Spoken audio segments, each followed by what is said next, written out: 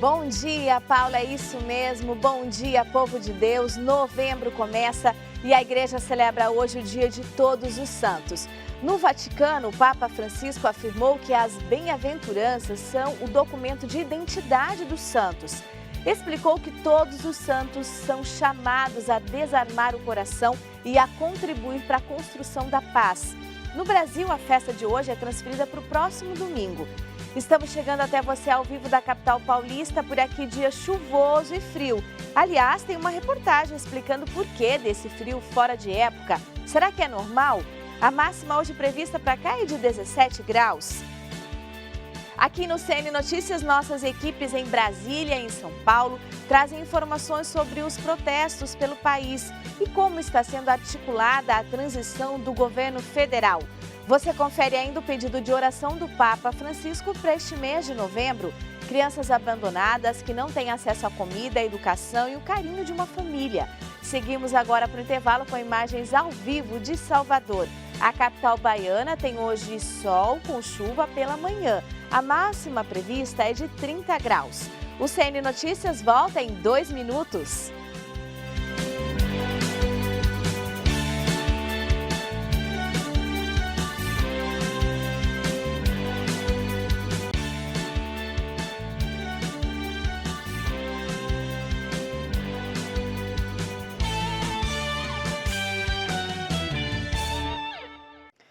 Neste dia em que a igreja celebra a festa de Todos os Santos, o Papa Francisco rezou o Ângelus e fez sua reflexão sobre a bem-aventurança citada no Evangelho de Mateus.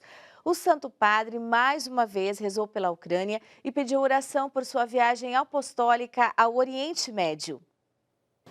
Bom dia a todos! O Papa Francisco explicou que a festa de Todos os Santos não é uma celebração de pessoas perfeitas. O Evangelho de hoje desmente esta visão de uma santidade perfeita de imagem. As bem-aventuranças de Jesus falam de uma vida contracorrente e revolucionária. E cita como exemplo o trecho que diz: "Bem-aventurados os pacificadores". Francisco explica que todos desejamos a paz, mas muitas vezes o que queremos é estar em paz, sermos deixados em paz, não ter problemas, mas tranquilidade. Jesus, por outro lado, não chama bem-aventurados aqueles que estão em paz, mas aqueles que fazem a paz, os construtores, os pacificadores. Como então alguém se torna um pacificador? Questionou o Papa e sugeriu: antes de mais nada, é necessário desarmar o coração. Sim, porque todos nós estamos equipados com pensamentos agressivos e palavras afiadas. Francisco fez ainda outras perguntas. Somos construtores de paz? Vale a pena viver assim? Não é ser um perdedor? É Jesus quem nos dá a resposta, disse o Papa. Os que promovem a paz serão chamados filhos de Deus. No mundo, eles parecem estar fora de lugar porque não cedem à lógica do poder e do predomínio. No céu, serão os mais próximos de Deus, os mais semelhantes a Ele. Após o Ângelus, o Papa pediu oração pela sua viagem apostólica a partir de quinta-feira a Bahrein, no Oriente Médio, e rezou pelo povo ucraniano e por todos os defuntos por ocasião do Dia de Finados, celebrado amanhã. De Roma, Danúbia Gleiser para o Canção Nova Notícias, edição da manhã. Muito obrigada, Danúbia. E a presidência do CELAM, que é o Conselho Episcopal Latino-Americano, apresentou um documento que é fruto da Assembleia Eclesial. O documento foi entregue ontem ao Papa Francisco e partilhado com jornalistas. Quem vai dar mais detalhes é a Mauricéia Silva, da equipe do nosso site. Bom dia, Mauri. Bom dia, Adelita. Bom dia a todos. Por uma igreja sinodal em saída para as periferias é o título do documento apresentado ontem pelo CELAM. O texto traz reflexões e propostas pastorais a partir da primeira Assembleia Eclesial da América Latina e Caribe, realizada em novembro do ano passado na Cidade do México. O texto tem 146 páginas e está estruturado em diversas partes, constituindo uma contribuição para a reflexão e o caminho das comunidades na América Latina. Os membros da presidência foram recebidos ontem pelo Santo Padre, o Papa Francisco. Na sede do Dicastério para Comunicação, compartilharam um documento com os jornalistas. O presidente do CELAM, Dom Miguel Cabrejos Vidarte, arcebispo de Trujillo, no Peru, recordou que a proposta do Papa foi dar a vida a um novo processo, o encontro eclesial e sinodal, reunindo assim todos os membros do povo de Deus. Essa experiência inédita de caráter presencial e virtual possibilitou, deste modo, segundo o bispo, a escuta recíproca e o discernimento comunitário. O documento está disponível na íntegra em português. Acesse nosso site e confira. Mauricéia Silva para o Canção Nova Notícias, edição da manhã. Obrigada, Mauri. E a paralisação dos caminhoneiros continua em várias rodovias do país. A manifestação começou ontem, depois do resultado das eleições. Os detalhes com o Sidney Fernandes. Bom dia, Sidney. Bom dia, Adelita, e a todos que acompanham o Canção Nova Notícias, edição da manhã. Véspera de feriado e a manifestação de caminhoneiros causa transtornos à população em vários estados do país. Hoje pela manhã, há pelo menos 270 pontos de bloqueios em rodovias estaduais e federais. Ontem, somente nas estradas federais, foram contabilizados 236 bloqueios. Agora há pouco, a Polícia Rodoviária Federal informou que 192 manifestações foram desfeitas. Santa Catarina é o estado com mais pontos de interdição, 38 no total. No Paraná, são 22 bloqueios. Aqui em São Paulo, há manifestação parcial na rodovia Hélio Smith, próximo ao aeroporto de Guarulhos. Por causa desse protesto, 25 voos foram cancelados. Também tem bloqueio na pista local da Marginal Tietê e na rodovia Regis Bittencourt, que segue bloqueada nos dois sentidos. Em Minas Gerais, a PRF informou que são 12 pontos de bloqueios e os agentes seguem trabalhando para liberar as vias. No Rio, há 9 pontos de manifestações. No Espírito Santo, são 22 interdições. No Pará, 33. E em Roraima, são 20 pontos de bloqueios. E a gente segue por aqui acompanhando toda essa situação. E mais detalhes a gente traz no Canção Nova Notícias, edição da noite. Adelita. Obrigada, Sidney. E ainda sobre esse assunto, o Supremo Tribunal Federal já formou maioria para manter a decisão do ministro Alexandre de Moraes, que determina o fim dos bloqueios de rodovias. O Francisco Coelho, direto de Brasília, tem mais informações para a gente. Bom dia, Francisco. Bom dia, Adelita, e a todos que nos acompanham. Essa decisão dos ministros do Supremo Tribunal Federal aconteceu ainda na madrugada desta terça-feira através do plenário virtual. A decisão mantida por eles foi do ministro Alexandre de Moraes, que determinou uma multa de R$100 mil por hora para a Polícia Rodoviária Federal, polícias estaduais e para os manifestantes que mantenham bloqueios nas rodovias federais. Ainda na mesma decisão, Alexandre de Moraes determinou o afastamento ou a prisão imediata do diretor-geral da Polícia Rodoviária Federal, caso ele não cumpra a decisão judicial. Como o Sidney falou, o ministro da Justiça e Segurança Pública disse que a Polícia Rodoviária Federal está cumprindo a determinação do Supremo Tribunal Federal.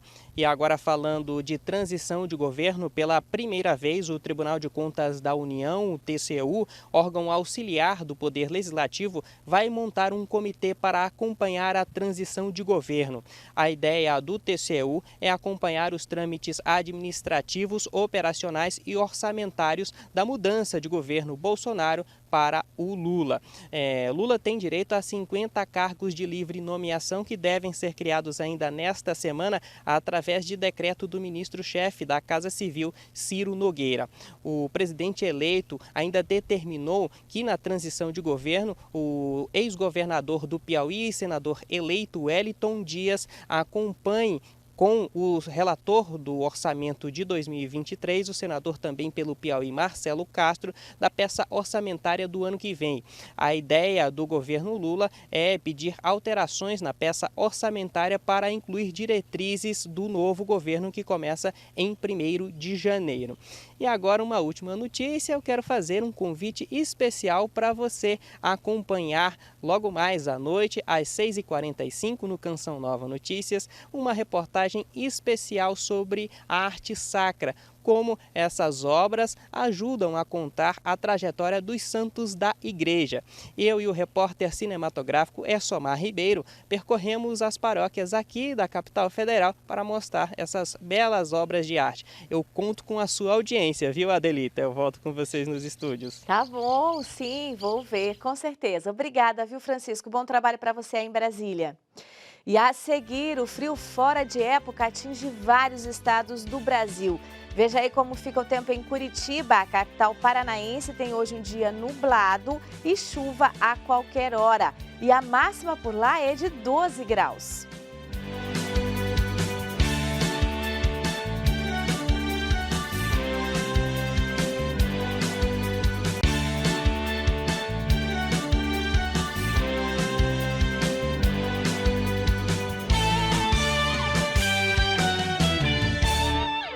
CN Notícias está de volta. Novembro chegou e com ele um fenômeno climático incomum. A passagem desta frente fria provocou temporais e frio intenso em várias áreas do Brasil.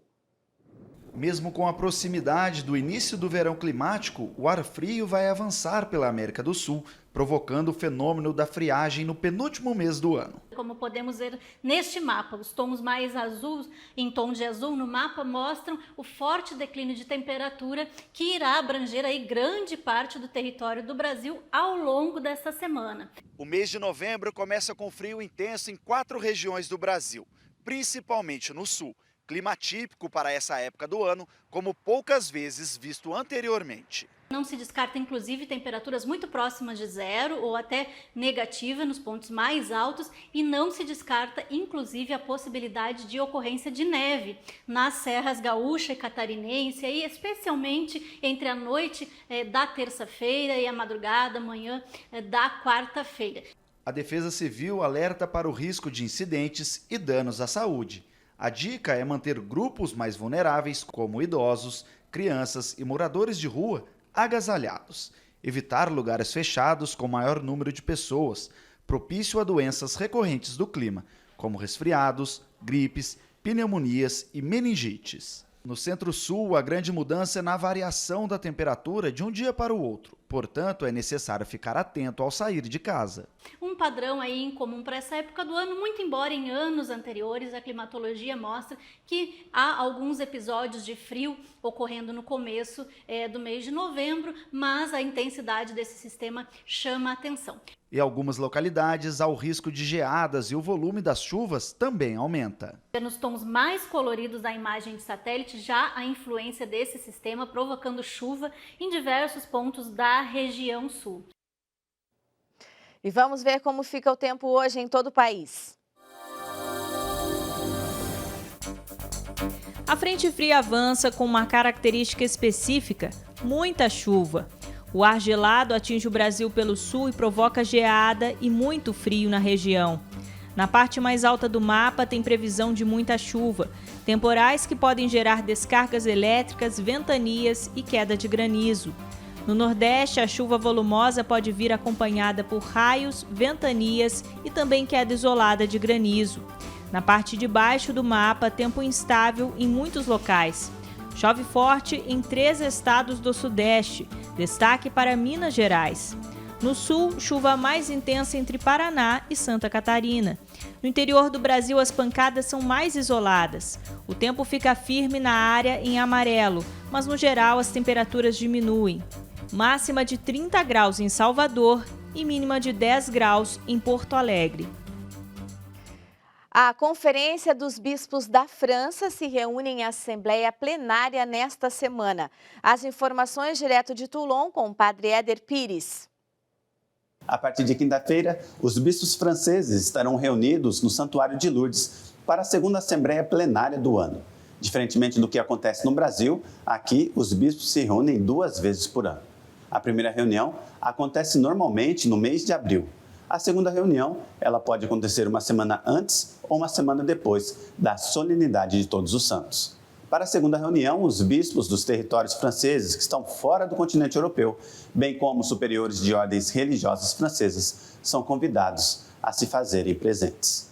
Ao contrário da primeira Assembleia deste ano, onde o principal assunto trabalhado foi o relatório final da comissão que investigou os casos de abusos cometidos por parte de pessoas ligadas à Igreja Católica na França nos últimos 50 anos, esta segunda Assembleia serão trabalhadas diferentes temáticas que dizem respeito à realidade, mas também aos desafios da Igreja Católica nos próximos anos. O primeiro assunto a ser tratado é um olhar sobre o caminho de transformação pastoral das dioceses.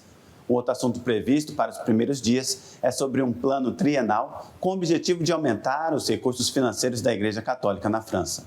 Será trabalhado ainda a reorganização das comissões e estruturas da Conferência dos Bispos Franceses, uma maior participação dos leigos na vida da Igreja, mas também um dia inteiro reservado para uma sequência de trabalhos sobre como colocar em prática o moto próprio do Papa Francisco, Traditionis Custodes, que diz respeito à forma de celebrar a missa segundo o rito tridentino de 1962. O fim da Assembleia está marcado para o dia 8 de novembro, com o tradicional discurso de encerramento, onde é apresentado um resumo com os principais assuntos que foram discutidos durante toda a Assembleia, mas também onde é apresentado à Igreja Francesa as resoluções e metas para serem vividas nos próximos anos. Padre Éder Pires de Toulon, na França, para o Canção Nova Notícias, edição da manhã. Muito obrigada, Padre Éder. E a seguir, a festa de Todos os Santos e as intenções de oração do Papa Francisco para o mês de novembro. Saímos para o intervalo com imagens do Santuário de Nossa Senhora de Caravaggio, em Farroupilha, que terá dia chuvoso. Os termômetros variam entre 6 e 14 graus.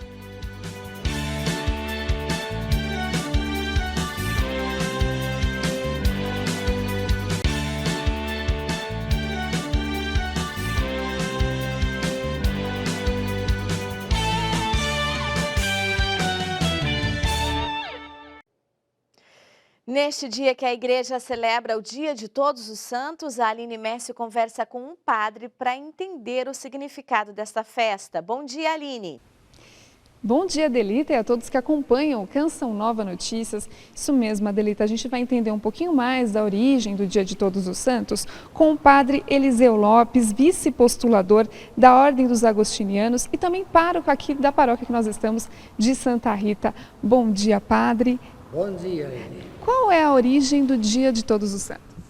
Bueno, a origem já vem quase do século VIII, y se comenzó primero porque era una capela que iban a inaugurar y ahí colocaban las reliquias de San Pedro, de más santos, y con ese motivo, el 1 de noviembre, comenzó a festa.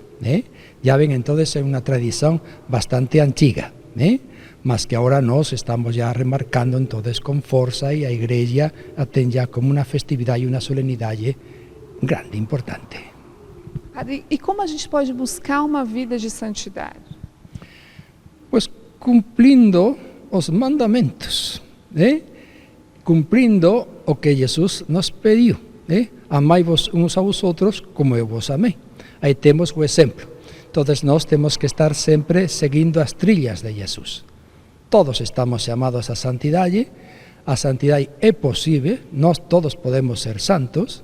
Jesus nos diz: sejam perfeitos, sejam santos como meu Pai é perfeito, é santo. Podemos verlo tranquilamente no Evangelho, en Marcos 5:48, e como não, nós temos muitos antepassados, muitas pessoas que chegaram à santidade. Então a santidade está ao alcance de todos. Muito obrigada, padre. E o padre também é postulador, vice-postulador da causa de beatificação do Beato Mariano, que está aqui, a imagem que está atrás de nós, Adelita. Voltamos aos estúdios. Obrigada, Aline. E hoje nós encerramos o CN Notícias edição da manhã com um pedido de oração do Papa. Este mês, a Igreja convida todos a rezarem pelas crianças abandonadas, que sofrem rejeição, miséria, pobreza e todo tipo de conflito. Atualmente, 1 bilhão de crianças em todo o mundo sofrem com a falta de acesso à educação, saúde, moradia, alimentação e saneamento ou água. De acordo com a Unicef, mais de 150 milhões de crianças são órfãs. No son números, son seres humanos con un nombre, con un rostro propio, con una identidad que Dios les ha dado. Demasiadas veces olvidamos nuestra responsabilidad y cerramos los ojos ante la explotación de estos niños que no tienen derecho ni a jugar, ni a estudiar, ni a soñar. Ni siquiera tienen el calor de una familia. Cada niño marginado, abandonado por su familia, sin escolarización, sin atención médica, es un grito que se eleva a Dios y acusa al sistema que los adultos hemos construido. Un niño abandonado es culpa nuestra. No podemos permitir más que se sientan solos y abandonados. Necesitan poder recibir una educación y sentir el amor de una familia para saber que Dios no los olvida. Recemos para que los niños y niñas que sufren, los que viven en las calles, las víctimas de las guerras y los huérfanos, puedan acceder a la educación y redescubrir el afecto de una familia.